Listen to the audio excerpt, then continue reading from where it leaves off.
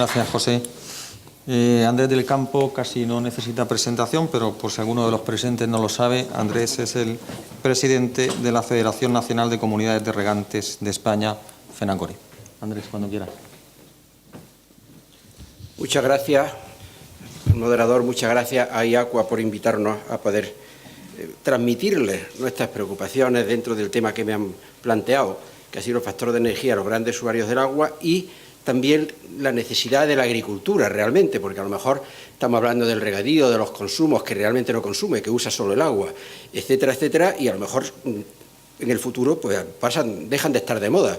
Voy a justificarles el porqué y se enterarán con 6 diapositivas claramente cómo afecta el problema energético al regadío y el futuro que tiene el regadío.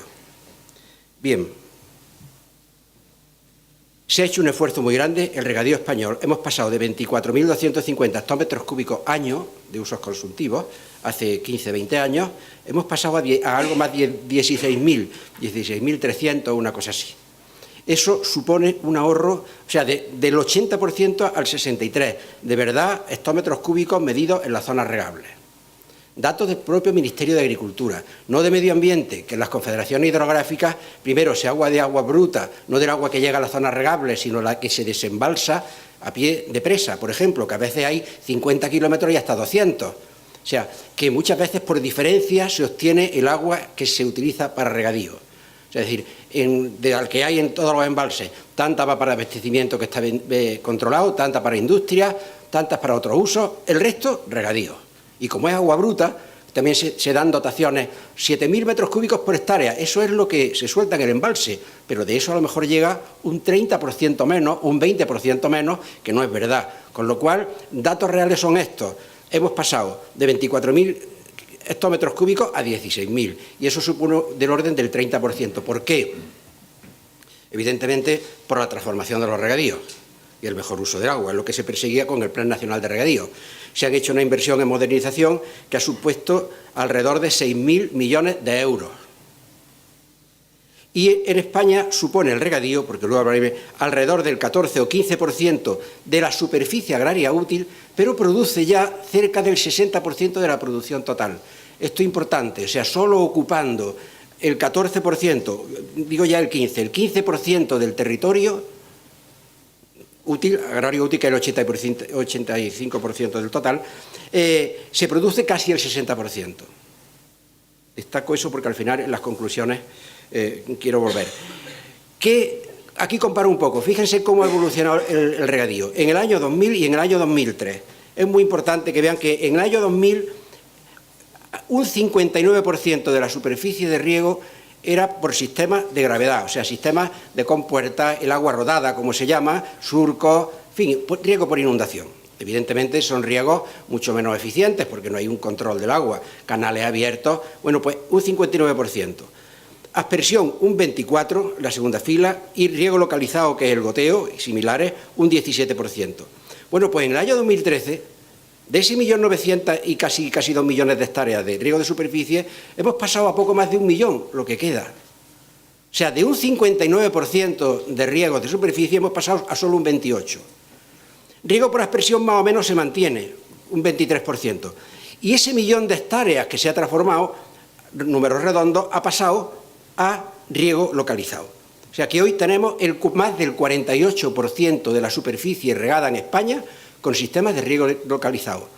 Podemos presumir que somos los primeros, si se considera en valor absoluto, o los segundos en el mundo en riego localizado. En porcentaje nos supera Israel, porque Israel tiene un 75% de riego localizado, pero totaliza 265.000 hectáreas. Nosotros tenemos 1.700.000 y algo. Estados Unidos tiene también alrededor de 1.700.000. Pero para ellos le supone el 2% o el 3%, una cosa así. India tiene poco más de 1 millón, también el 1%, incluso menos. China tiene también 1 millón y poco. Solo se acerca a Estados Unidos, pero representa, como digo, el 2 o 3%. Y de esto sí que tenemos que presumir, porque se ha hecho un esfuerzo muy grande por parte de los usuarios, evidentemente, y de las administraciones. Entonces, actualmente, pues tenemos 3.540.000 hectáreas de riego en el año 2013.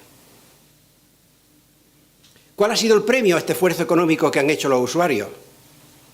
Hemos pasado de unos sistemas de superficie sin coste energético apreciable, salía el agua de un canal, se vertía en el campo, a unos sistemas de riego de presión, donde hemos evitado pérdidas. El objetivo ha sido fundamentalmente el conseguir una eficiencia hidráulica. El objetivo se ha cumplido. Se han reducido sensiblemente los consumos o los usos en las zonas regables, pero muchísimo. Se han garantizado riegos que no tenían garantía ninguna, que regaban un año sí y 3 no, tienen ya dotación para poder regar periódicamente y amortizar sus instalaciones. Bueno, pues el premio lo vamos a ver ahora. El premio ha sido que que hemos pasado de unos costes energéticos que antes eran inapreciables y que los estudios que se habían hecho con los costes actuales, bueno, pues salían viables, a unos costes energéticos que, miren, hoy actualmente, me voy al final, la evolución que ha habido desde el año 2008, que desaparecieron las tarifas de riego, unas tarifas específicas que había, y ya pasamos al mercado libre, pero gran parte de eso son costes regulados. Entonces, eso ha aumentado el término de potencia, o sea, lo que se paga, se riegue o no se riegue, de media del orden de 1.000 a 1.200%. Muchas zonas regables supera el 1.700 y 1.600%. Insisto, se riegue o no se riegue. Y el término y el incremento total ha supuesto del orden del 100% también, 95% actualmente. ¿Por qué en la modificación que se está haciendo actualmente en las tarifas eléctricas es disuasoria por una parte y además, no disuasoria, perdón, lo que quería decir, perjudica a los usuarios que utilicen de modo estacional la energía y beneficia a los usos continuos? En el caso de los regadíos se ha producido un efecto perverso. Los regadíos, las zonas regables que han hecho un esfuerzo mayor, sobredimensionando sus instalaciones, para lo que antes regaban en 24 horas, regar ahora, por ejemplo, solo por la noche, en 8 horas. Con lo cual han tenido que aumentar la potencia contratada y sobredimensionar sus instalaciones para todo ese agua que antes se daba en 24 horas, hacerlo en 8.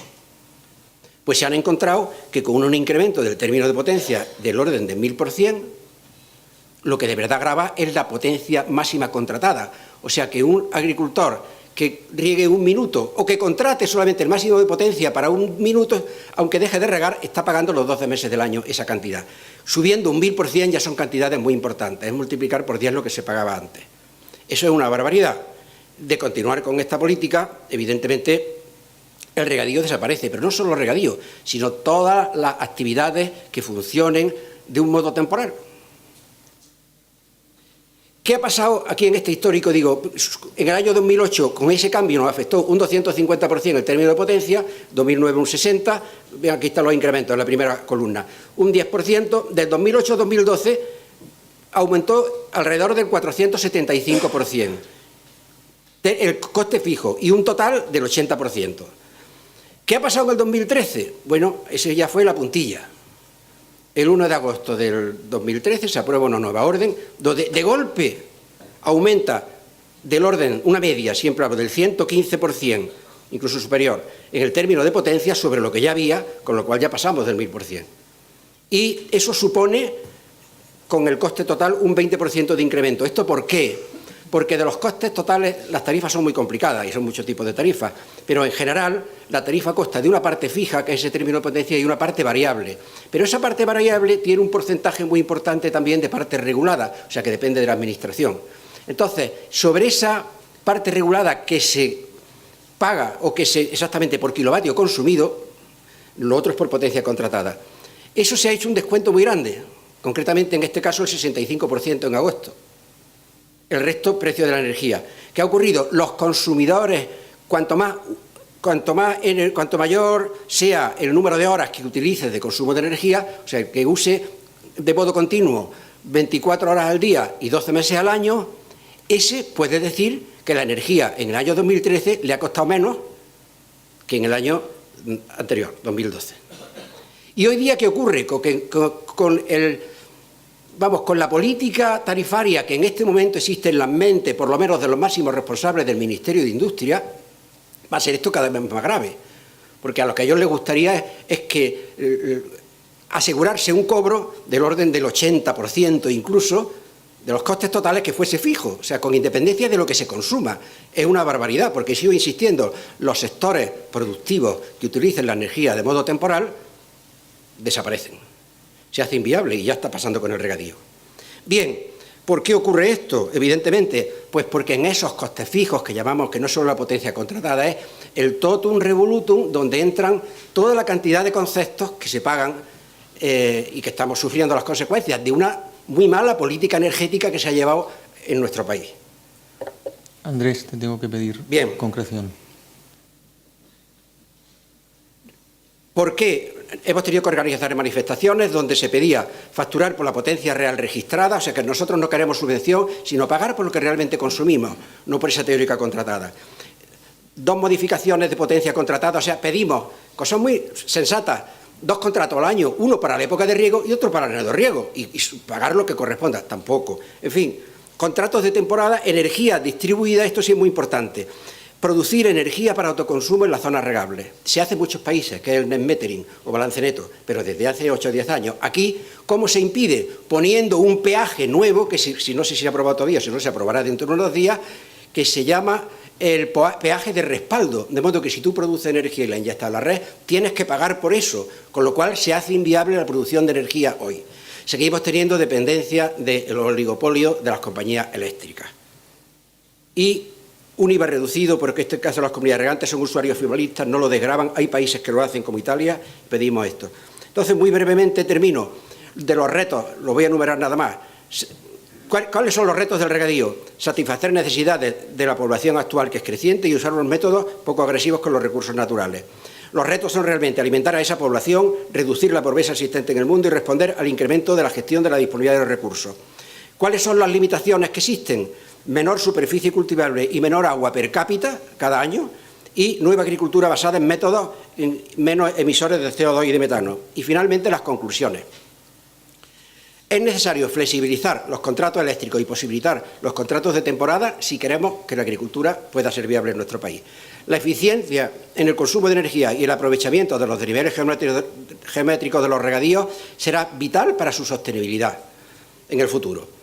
La futura modernización de nuestros regadíos tendrá como objetivo eficiencia en el binomio agua-energía. Antes era fundamentalmente solo agua, ahora va a tener casi más importancia la energía que el agua. Como muy bien se decía en la mañana, el agua nunca nos faltará en el mundo, será muy caro ponerla en condiciones de uso. Y el regadío del futuro va a estar basado, para superar los retos de la agricultura, que lo he enumerado sencillamente sin desarrollar nada, en el regadío y la biotecnología. Cuando uno sale de España, en cualquier foro internacional te dicen y te preguntan, en mi caso, por ejemplo, la agricultura tiene que aumentar a nivel mundial más de un 40%, la productividad actual antes del año 2030, y más de un 70% en el año 2050, que eso es pasado mañana, en estos términos. Y eso solo se puede conseguir con regadío, porque una hectárea de regadío produce como 5,5 hectáreas de secano, entonces necesitaríamos ocupar mucho más territorio, con lo cual sería en detrimento de selva y bosque, etcétera, etcétera, y con biotecnología. ¿Por qué biotecnología? Porque necesitamos, y lo puede haber, cultivos con menos necesidades de agua, menos resistentes a productos fitosanitarios, a plagas, etcétera, etcétera, para que el input de los agricultores, los costes de los agricultores sean más reducidos y podamos producir con menos agua y menos tierra y más productividad, o sea que es más difícil todavía. Con eso conseguiremos ese modelo de agricultura sostenible que está basado en 2 principios. Primero, autosuficiencia económica, o sea, el agricultor tiene que poder vivir con su familia de esa actividad, si no, desaparece. Ojo, menos del 6% de los agricultores de España, de Europa, en España igual, más o menos, tienen menos de 35 años. No sé qué pasará en el futuro. Y más del 60% tienen más de 65 años. 65, o sea que tenían que estar jubilados. No sé qué va a ocurrir y tenemos que duplicar casi la productividad. Entonces, las 2 condiciones de esa agricultura sostenible, esa autosuficiencia económica y no agresividad al medio ambiente, que es la tecnología. Necesitaremos un regadío muy tecnificado para conseguir esos objetivos, que es producir con menos agua y menos tiempo, y menos tierra. Con esto se consigue rentabilidad económica, social, medioambiental y territorial. Y en nuestro caso español, si la política española, energética, continúa por el camino que vamos, bueno, con el ministro Soria, si continúa así, volveremos a las norias, porque no podremos utilizar la energía. Gracias. Muchas gracias.